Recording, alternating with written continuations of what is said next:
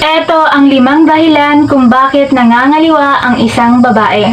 Ito yung 5 bagay na dahilan at nagtutulak sa babae para mangaliwa at ipagpalit ang mga asawa or boyfriend.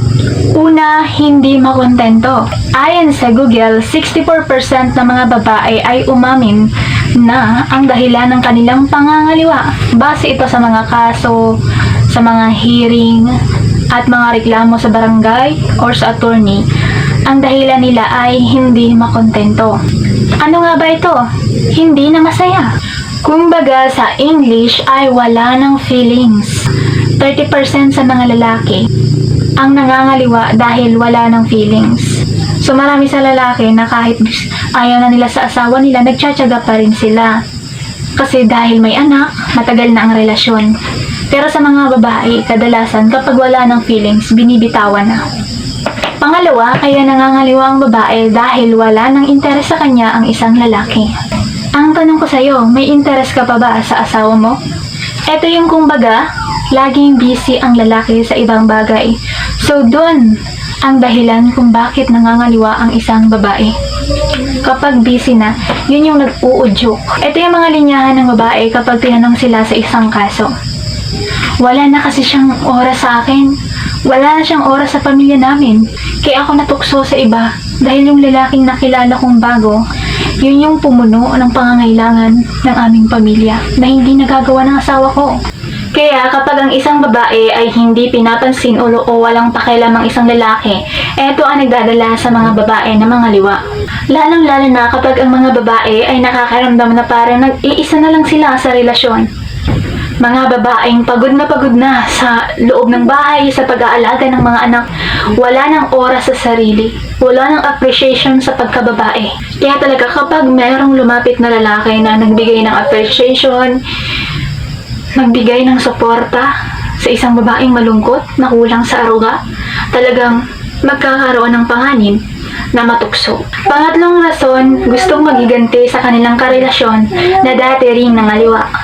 So, ang mga linyahan ng mga babae dito, siya nga nangaliwa, di ako mangangaliwa din ako para patas kami. Ako lang ba yung masasaktan? Dapat siya din, masaktan din siya. Alam niyo, ang paghihiganti, madalas na nangyayari ay sa babae emotionally. Lalo na sa isang relasyon, kapag niloko mo ang isang babae, talagang hindi kanya nauurungan, maghihiganti at maghihigantihan sa'yo, hindi tulad ng mga lalaki. Pang-apat, hindi na satisfy sa sexual. So, ito yung romance na ginagawa, alam niyo na, ng magkarelasyon. Hindi ko nila lahat, pero alam niyo ba, na ang babae kapag nakikipag-sexual intercourse sa mga lalaki, kung minsan ay nagpapanggap lang silang nasasatisfy. Kasi sa isang sexual, mas una kasing naa-arouse ang lalaki kaysa sa babae. So, mas matagal ang babae kaysa sa lalaki. So, kapag na-arouse na yung lalaki at yung babae ay hindi pa, so hindi yung nakaka-satisfy sa isang babae. So, kasi dapat babae ang nauna ma-arouse bago yung lalaki. So, doon nagsisimula yung not satisfaction. Walang thrill sa sexual activity. Panglima, nalulungkot.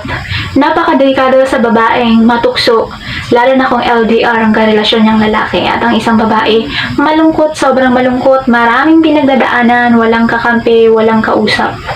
And then, biglang may isang guy na lumapit, nagbigay ng motibo, kinare, nagbigay ng suporta sa babae.